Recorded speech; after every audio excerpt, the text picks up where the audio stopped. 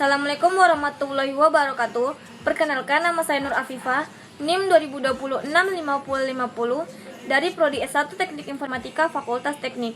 Di sini saya akan menjawab soal-soal UTS yang telah diberikan. Untuk soal yang pertama, jelaskan apa yang dimaksud dengan aturan angka penting dan berilah contoh penerapannya. Dan menurut Anda, apa manfaat dari diterapkannya aturan angka penting ketika kita melakukan pendekatan untuk mendapatkan nilai suatu besaran dengan melihat nilai besaran-besaran yang memiliki hubungan timbal balik dengannya? Pertama-tama, saya akan menjelaskan apa yang dimaksud dengan angka penting.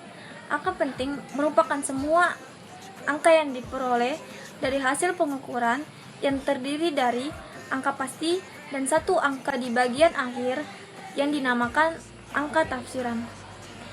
Aturan angka penting sebagai berikut. Untuk yang pertama, semua angka bukan 0 termasuk angka penting. Contohnya 423,853 terdiri dari 6 angka penting. Untuk aturan kedua, semua angka 0 yang terletak di antara angka bukan 0 termasuk angka penting. Contohnya 250,0,25 terdiri dari 6 angka penting. Untuk aturan yang ketiga, angka 0 yang terletak di belakang angka bukan 0 termasuk angka penting. Contohnya 2,00 terdiri dari 3 angka penting. Untuk aturan yang keempat, pada angka desimal lebih dari 1 sama dengan 1, angka 0 sesudah koma termasuk angka penting. Contohnya 3,000 terdiri dari 4 angka penting. Untuk contoh aturan yang terakhir, pada angka desimal kurang dari 1, angka 0 sebelum dan sesudah koma bukan termasuk angka penting. Contohnya 0,045 terdiri dari 2 angka penting. Untuk contoh penerapannya, ketika kita mengukur suatu benda menggunakan mikrometerskop dan penggaris. Manfaatnya yaitu untuk mendapatkan hasil pengukuran yang tepat dalam proses pengukuran, karena hasil pengukuran dalam fisika tidak pernah atau belum tentu benar. Dan peran angka penting juga dapat meminimalisir kesalahan. Untuk soal yang kedua, bola yang ditendang dengan sudut elevasi di antara 0 derajat hingga 90 derajat akan membentuk lintasan parabola. Kenapa bisa demikian? Jelaskan dengan menggunakan contoh kasus yang Anda mengerti. Karena gerak parabola membentuk lintasan melengkung. Gerak parabola merupakan perpaduan antara gerak lurus beraturan dan gerak lurus berubah beraturan. Gerak lurus beraturan berlaku untuk gerakan horizontal atau searah dengan sumbu X.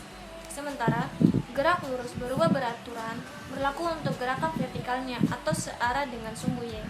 Pada gerakan horizontal, tidak ada gaya yang mempercepat atau memperlambat benda secara horizontal selama benda bergerak. Gaya dorong dalam kasus ini berasal dari kaki dan serta-merta menghilang setelah bola terlepas dari kaki. Gaya dorong hanya berlaku selama bola berada dalam kontak dengan sistem kaki. Selebihnya, bola bergerak dengan energi kinetik yang dimilikinya. Sementara itu, selama pergerakan benda ke atas atau ke arah vertikal, terdapat gaya yang bekerja pada benda, yakni gaya gravitasi. Tidak seperti gaya dorong yang kita lakukan terhadap benda yang bekerja di awal selama terjadi kontak. Gaya gravitasi bekerja sepanjang waktu karena ia bekerja bukan dengan kontak, melainkan dengan medan. Akibatnya, sepanjang perjalanan, kecepatan vertikal benda berubah. Perubahan pada kecepatan ini jelas termasuk contoh gerak lurus beraturan. Untuk soal nomor 3, misal Anda melempar bola ke teman di tengah lapangan bola. Pada saat Anda melempar, tiba-tiba rotasi bumi mengalami percepatan dengan tanpa Anda sadari. Kira-kira apa yang Anda akan saksikan pada bola yang Anda lempar ke teman tersebut? Jelaskan menurut Anda. Jawaban menurut saya yaitu, karena adanya perubahan percepatan rotasi bumi akan menyebabkan kecepatan dan lintasan yang pada mulanya menjadi jalur lintas bola ikut berubah, sehingga bola yang terlempar tadi tidak akan sampai kepada target tersebut atau orang yang dituju. Hal tersebut disebabkan oleh adanya perubahan kecepatan yang diakibatkan oleh perubahan percepatan secara tiba-tiba pada bola yang terlempar tersebut. Maka bola akan terlempar jauh melewati target. Karena pada kasus ini dianggap target diam dan menunggu bola, atau target tidak menghampiri atau mengejar bola tersebut. Soal nomor 4 yaitu hukum Newton tidak berlaku pada saat kerangka acuannya dipercepat atau diperlambat. Jelaskan menurut pemahaman Anda kenapa demikian dan berikan contohnya. Kerangka acuan memiliki dua jenis, yaitu kerangka acuan inersia dan non-inersia. Pada saat ini pada kasus yang sedang kita bahas ini, kita menggunakan kerangka acuan inersia. Karena kerangka acuan inersia bergerak dengan kecepatan konstan, namun tidak untuk bergerak dipercepat.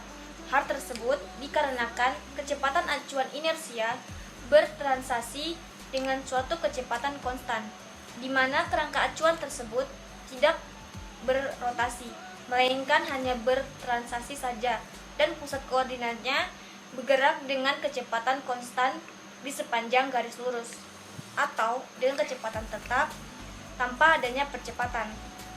Karena pada kerangka acuan inersia tersebut berlaku hukum pertama Newton dan juga hukum gerak Newton, maka hukum-hukum Newton tidak akan berlaku pada saat kondisi di mana kerangka acuan inersianya dipercepat.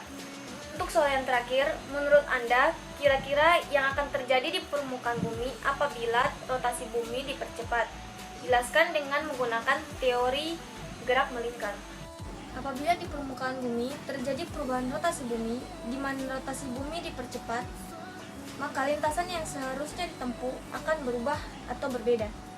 Hal tersebut dikarenakan gerak melingkar merupakan gerak suatu benda dengan laju yang konstan atau beraturan, yang menempuh lintasan berbentuk lingkaran. Jika ada perubahan percepatan rotasi bumi tersebut, maka lintasan berbentuk lingkaran yang pada mulanya menjadi lintasan jalan perpindahan rotasi bumi akan berubah. Dan jika lintasannya berubah, besar kemungkinan bumi akan bertabrakan dengan planet-planet lainnya, dan bumi juga akan menjauh dari matahari. Sekian penjelasan dari saya. Maaf jika ada salah-salah kata dan penjelasan saya yang kurang dimengerti. Sekian dan terima kasih.